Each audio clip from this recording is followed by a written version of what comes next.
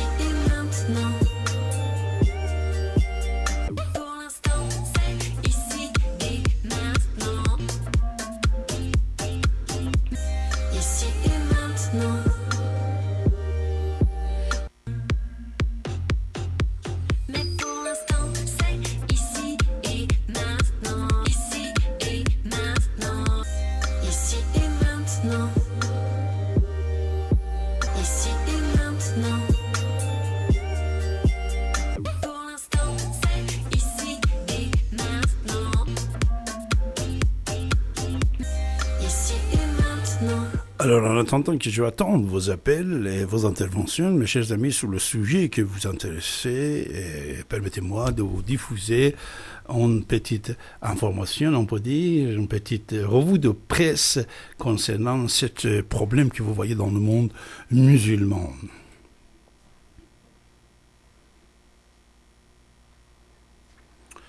Ça, c'est quoi? Ça, vous allez écouter, mes chers amis, l'avis de quelques experts français, journalistes, concernant ce problème. Bonjour à tous, l'heure des pros, voici le sommaire ce matin, c'est l'info du matin et elle agit comme un coup de tonnerre. L'Arabie Saoudite, l'Égypte, les Émirats Arabes Unis et le Bahreïn ont annoncé la rupture de leurs relations diplomatiques avec le Qatar. Ces pays invoquent des questions de sécurité nationale et accusent Doha de déstabiliser la région et de soutenir des groupes terroristes, y compris Al-Qaïda et l'État islamique qui vient de revendiquer l'attentat de Londres. Est-ce un tournant géopolitique majeur et au-delà de l'analyse diplomatique, l'influence par exemple de Donald Trump sur la décision du jour, quelles conséquences pour la France qui entretient des relations privilégiées avec le Qatar? L'Émirat du Golfe est présent dans de nombreuses entreprises françaises et il détient notamment le Paris Saint-Germain. Cette vitrine symbolise combien la France est un pays ami du Qatar. Quelle réaction ce lundi à Paris, de l'Élysée jusqu'à l'ensemble du personnel politique? Nous allons tenter de répondre à cette question avec prudence, bien évidemment, ce matin. Nous reviendrons aussi sur l'attentat de Londres. Les grandes villes sont-elles aujourd'hui si dangereuses que certains les quitteront peut-être? Et pour en parler autour de la table, Elisabeth Lévy, bonjour, directrice, fondatrice de Causeur. Bonjour. Hélène Pilichowski, journaliste, bonjour. Harold Iman est avec nous et vous le connaissez parce que c'est notre spécialiste politique étrangère. Bonjour Harold, on vous a entendu déjà depuis ce matin et c'était passionnant de vous écouter sur l'info du jour. Mustapha Tossa, journaliste, politologue, spécialiste également du monde musulman et du Qatar. Jérôme Béglé, directeur du Point, et Bruno Roger Petit, journaliste Challenge. Éditorialiste. Alors, quand une info comme ça tombe, et on le disait tout à l'heure, c'est toujours difficile de prendre la mesure de cette information, apprendre et comprendre. D'abord, est-ce que c'est extrêmement important? Je vous pose la question aussi simplement que ça, Harold Iman. Est-ce que c'est aussi important, cette information, qu'on peut l'imaginer ou que certains l'imaginent déjà? C'est certainement extrêmement surprenant, la rapidité avec laquelle ça s'est fait. Puis on découvre très vite qu'on avait un peu ignoré cette espèce de feu qui montait. Parce qu'une vulgaire affaire de hacking à l'agence de presse qatari est devenue une affaire d'État gigantesque. Et c'est devenu une affaire d'État gigantesque parce que... Peut-être la rappeler cette affaire, parce que tout le monde ne la connaît pas. Alors le hacking, c'est que l'agence de presse qatarienne a publié une dépêche de propos de l'émir du Qatar, Tamim Al-Thani, qui disait que l'Iran est un partenaire stratégique dans la région. c'est-à-dire un ami très proche, intime, et qu'on devrait travailler avec eux tout le temps. Et ça, c'est aux antipodes absolus du dogme rigide qui existe à Riyad et avec les autres États de la région. C'est-à-dire que pour eux, l'Iran est l'ennemi. L'ennemi numéro un, Ah. et voilà que leur Attendez. petit frère, le Qatar, dit l'inverse. Donc intolérable. Donc ce qui s'est passé du côté de Doha, la capitale du Qatar, c'est qu'on a prétendu qu'il s'agissait d'un hacking sur leur agence de presse. Non, l'émir n'a jamais dit ça. C'est des malfaisants qui ont introduit une fausse dépêche. Et ils ont invité le FBI à venir enquêter là-dessus. Mais ça n'a pas du tout satisfait à Riyad, capitale de l'Arabie Saoudite, et ils ont dit non, punition immédiate et publique. Donc rupture des relations diplomatiques de tous les États du Conseil de coopération du Golfe. Donc ça, c'est l'explication de l'info du jour. C'est parce qu'il y a eu Non, mais ça- ces mots, selon vous, de l'émir. Voilà. Nous sommes d'accord. C'est Bon, ça. c'est important. Est-ce que c'est important? Pardonnez-moi de poser la question aussi simplement que ça. Mais oui, parce que il y a une guerre en ce moment au Yémen. L'Arabie Saoudite est en tête et elle tire sur les rebelles Houthis. Houthis, c'est un sous-groupe chiite qui existe au Yémen. Et ils se sont révoltés contre le gouvernement légal, on va dire, qui lui était sunnite, normal. Et donc l'Arabie Saoudite en avait assez de ces Houthis et attaqué. Elle a quelques Houthis chez elle aussi, et d'autres chiites aussi chez elle en Arabie Saoudite. Donc c'était devenu intolérable. Donc elle est intervenue avec une coalition arabe, avec tous ces pays. Et voilà que dans cette coalition, il y aurait le Qatar qui serait en train de voir tout ce qu'on est en train de préparer militairement contre les Houthis, qui sont des chiites, et qui seraient aidés en sous-main par l'Iran.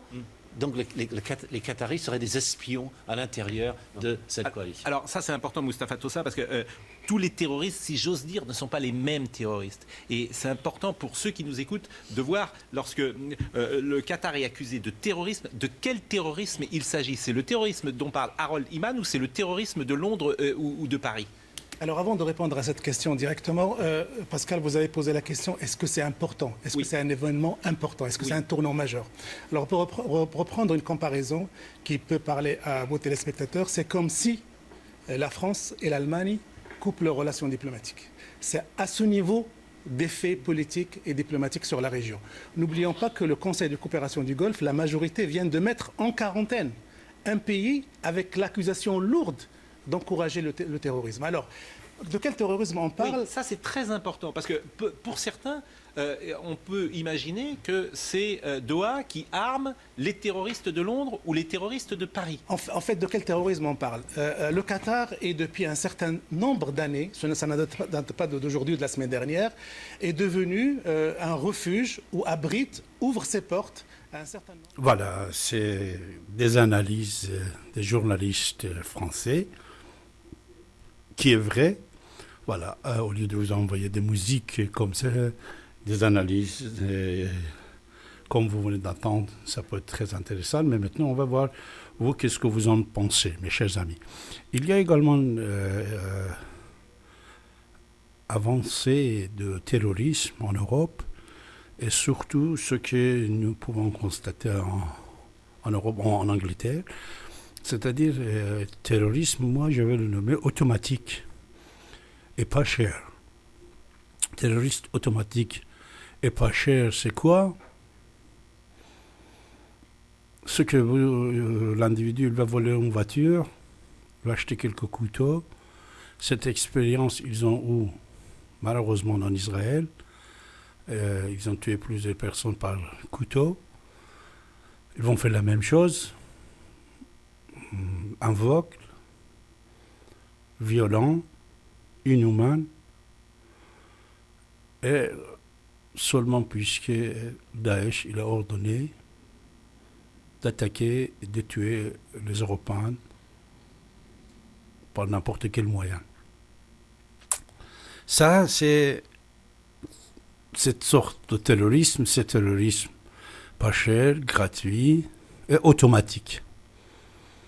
Il faut pouvoir arrêter ce système qui automatiquement l'individu peut devenir terroriste, ça vient de l'idéologie. Et comme vous pouvez constater, aujourd'hui, ce n'est pas il y a déjà 10 ans, ce n'est pas il y a déjà 5 ans, ce n'est pas il y a déjà 20 ans que quand on disait quelque chose de la vérité sur cette idéologie totalitaire, violente, terroriste, il y avait aussi, on peut dire, les sages qui n'étaient pas sages, mais soi-disant pour défendre l'intégrisme sans savoir, sans vouloir, il était piégé par certains individus, même certains organismes. Vous vous rappelez que même dans les années 1990, dans les années 2000, même il y avait un radio, que je ne vais pas le nommer, tous les jours, à partir de 14 heures, il faisait des émissions sur David Abbassi. Comme quoi on était contre l'islam, comme quoi patati. Il disait des mensonges sur nous et nos propos, sans ramener quelqu'un pour analyser ce qu'on disait à l'époque et ce que vous entendez aujourd'hui partout, dans tous les médias et de la bouche de tous les grands politiciens du monde, qu'ils soient des États-Unis, Angleterre, Allemagne, Français, Pays-Bas, partout, vous entendez ce qu'on disait à l'époque. Cet individu qui gérait un radio, qu'il était obligé de quitter la France et son radio est devenu interdit, c'était fermé. À l'époque, qu'il y avait une ignorance sur l'origine de terror et terrorisme, qu'on ne le connaissait pas comme moi je connaissais à l'époque. Et je donnais des explications. Cet individu encourageait les gens contre nous. C'est terminé. Et maintenant, vous avez entendu cet enregistrement que je vous envoyais tout à l'heure. C'est 40 minutes. C'est 40 minutes. Tous les journalistes présents sur ce plateau, ils disaient la même chose qu'on disait depuis 30 ans. Idéologie, violent, terroriste et dangereux, il faut le contrôler. Et cette idéologie n'a aucun rapport avec l'individu qui est croyant. Surtout, l'autre fois, quelqu'un nous a téléphoné en disant que c'est mois de Ramadan, quand on parle de ça. Et vous voyez, c'était mois de Ramadan qu'on a tué des innocents en criant Allahu Akbar. Ce n'est pas... les musulmans ne sont pas terroristes. Le terrorisme d'aujourd'hui vient de l'islam terroriste. C'est ça qu'il faut le comprendre. Alors, si vous n'êtes pas de cette idéologie, c'est pas la peine de prendre le combiné et venir ici, dire n'importe quoi pour le défendre.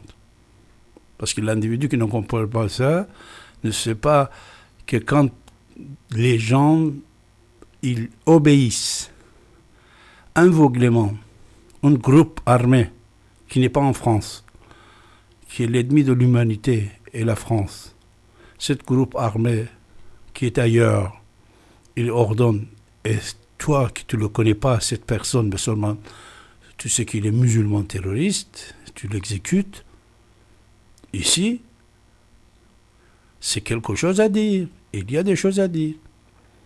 Et cette chose que nous sommes en train de vous dire, Theresa May a dit en Angleterre, aujourd'hui même, les politiques français, ils disent depuis déjà toujours, depuis que Valls était Premier ministre, ministre de l'Intérieur, jusqu'à maintenant, notre ministre de l'Intérieur, Premier ministre, président de la République, même les adversaires de Macron, qu'ils soient Fillon ou les autres, ils étaient et ils insistaient sur la continuation de combat contre l'idéologie terroriste. Alors, comment on peut régler ça? C'est par l'éducation, parce que la guerre, on ne peut pas leur répondre par la guerre. Il faut se défendre, il faut être armé pour se défendre. Mais avant tout, c'est par l'éducation. C'est par l'éducation, l'enseignement et analyse chirurgien. Quand vous êtes malade, on va vous opérer, On va vous préparer la salle de l'opération. Après, les médecins, qu'est-ce qu'ils font? Ils prennent le couteau, ciseaux et tout ça pour vous opérer. Alors, opérer n'importe quelle religion, n'importe quelle idéologie, il y a un peu du sang qui va couler. Mais il faut opérer ça, il faut régler ce problème idéologiquement. Pour ça, encore une fois, comme tout le monde a dit, on va insister à dire qu'ils font alliance, ils font union de tous les citoyens contre cette idéologie terroriste. C'est la question de jour en plus. Voilà. Heureusement, moi, quand je vois tous ces trucs-là, et je vois que depuis 30 ans, on est en train de parler, mais jamais on n'a pas commencé à régler les problèmes de pauvreté, parce que pour la plupart des fois aussi, ça ne vient pas de pauvreté. Ce sont des gens de temps en temps bien placés, ils ont du travail, ils travaillent à l'aise, mais c'est le fanatisme. Cet fanatisme, on doit le régler dès le départ, sans avoir honte, sans avoir peur. Il ne faut pas avoir peur pour combattre une maladie. Mais à l'époque, dans le XXe siècle, il y avait cette peur. Mais maintenant, tout le monde est conscient et tout le monde est en train de répéter et de dire ce qui se passe. Je ne sais pas si vous êtes au courant ou non, aux Pays-Bas, certaines lois, on l'avait changé, c'est-à-dire officiellement, vous pouvez dès maintenant critiquer n'importe quelle religion, surtout, vous savez que toujours on critiquait d'autres religions, mais seulement la seule religion qui était interdite de le critiquer, c'était l'islam. Regardez combien de films, pièces de théâtre, écrits, on a fait depuis des siècles, des années, contre les autres religions. Enfin, dans le respect, c'était des savants, des philosophes qui disaient des choses, qui écrivaient. Mais on a fait une caricature de quelqu'un qui... Jamais on n'a pas vu sa photo, on n'était pas sûr que si c'était lui ou non. Vous savez l'histoire des caricatures. Jamais on ne savait pas que si c'était la personne ou non, puisqu'il n'y a aucune photo de lui pour pouvoir faire son caricature. Mais ça, c'est un alibi pour nous montrer, pour montrer au monde entier jusqu'où peut aller le fanatisme. Mais par contre, regardez qu'est-ce qu'ils ont fait de Jésus dans plusieurs films, plusieurs dessins animés, depuis des années. Et d'autres prophètes aussi. Mais ça, dès qu'on a vu ce fanatisme qui existait, on devait commencer à travailler. Et on ne devait pas dire, oh, non, il ne faut pas toucher, c'est sacré. Rien n'est sacré. C'est l'homme qui est sacré. L'homme qui était assassiné n'importe où, à la main des terroristes, c'est l'homme qui est sacré. Rien n'est sacré que l'homme. L'homme, il est en train de tomber chaque jour par terre pour garder une idéologie qui n'a aucun rapport avec ses fidèles, puisque la majorité, c'est les gens qui sont des imbéciles qui tombent dans le piège, parce qu'il y a beaucoup d'imbéciles ignorants qui dans le cœur, dans le fond, ils sont avec les terroristes. Mais leurs arguments, c'est différent. Heureusement, on est en train d'identifier tous ces gens-là, c'est-à-dire avec le contrôle bien précis qui existe actuellement dans notre siècle, et que tous les appels, tous les correspondants, toutes les paroles est enregistré. Heureusement, les services sont très très forts. On ne va pas remplir les prisons de plusieurs milliers de gens en Europe ou ailleurs. Mais heureusement, ce contrôle, ça permet à tous les gouvernements de pays civilisés, non civilisés, puisque même actuellement, ce contrôle existe dans certains pays musulmans qui sont victimes de terrorisme, pour pouvoir identifier l'individu, puisque cet individu qui devienne, apprenez ça dès aujourd'hui par David Abbassi, devienne un terroriste automatique et gratuit, sans aucun contact. Parce que c'est vrai, de temps en temps, peut-être l'individu, il avait des contacts avec Syrie, Turquie, Irak, Yémen, je ne sais pas où, Libye. Mais maintenant, c'est sans contact. Il vous dit, prenez une voiture, volez en voiture, prenez quelques couteaux, et allez, tuez les gens. C'est ça qui est grave. Alors, mes chers amis, je vais être ravi de vous recevoir sur notre antenne. Vous avez la parole en composant le 08 92 23 95 20. Vous avez la parole.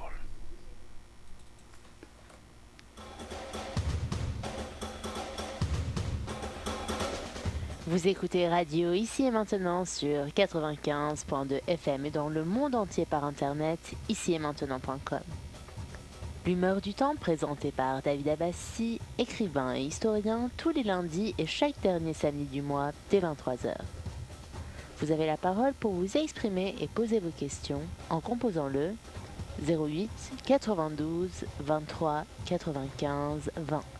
08 92 23 95 20.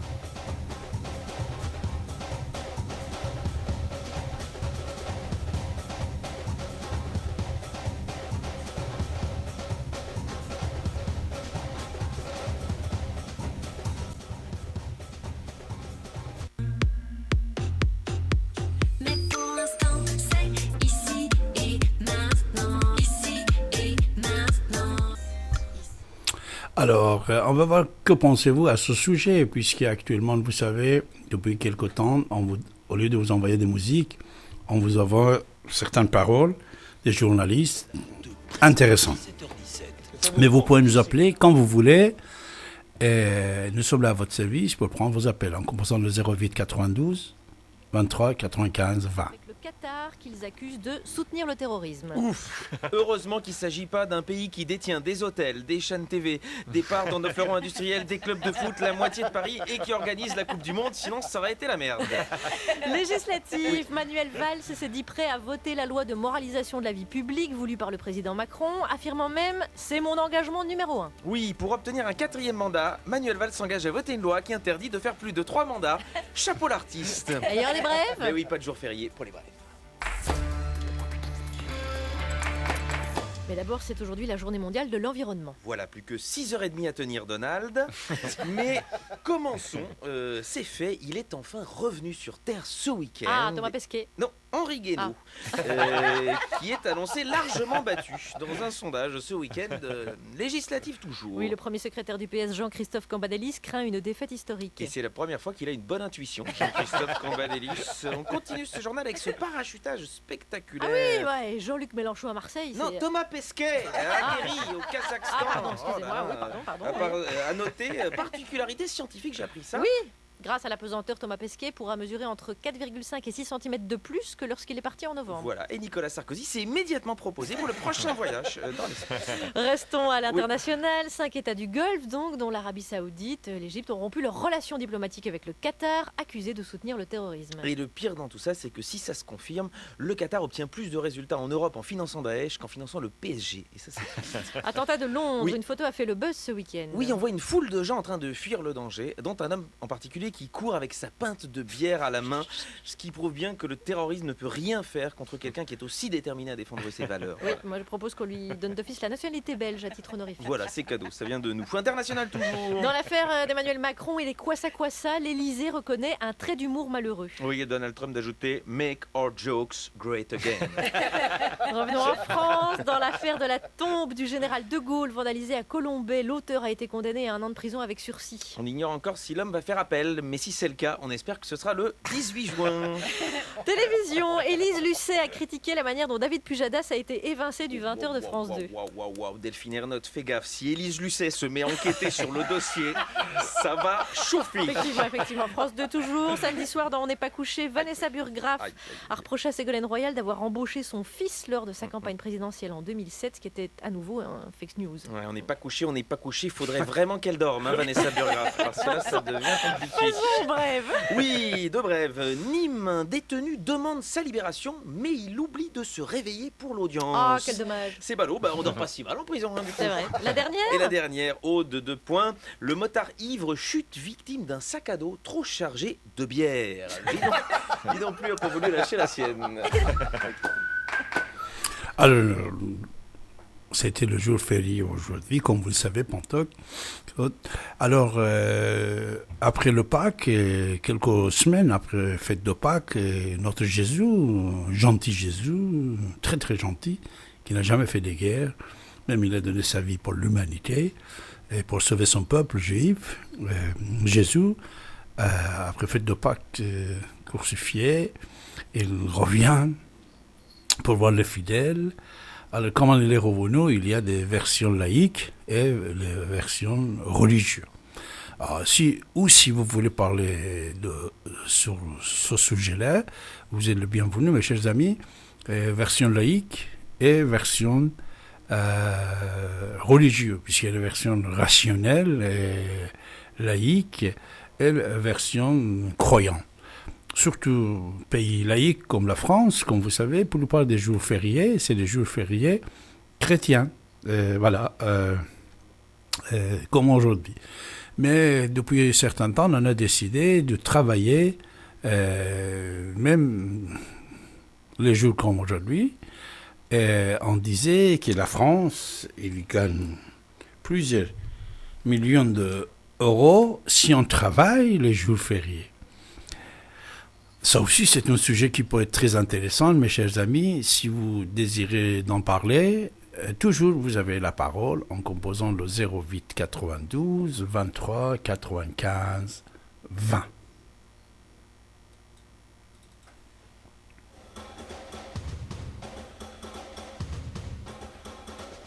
Vous écoutez Radio Ici et Maintenant sur 95.2 FM et dans le monde entier par internet, icietmaintenant.com. L'humeur du temps, présentée par David Abbassi, écrivain et historien, tous les lundis et chaque dernier samedi du mois dès 23h.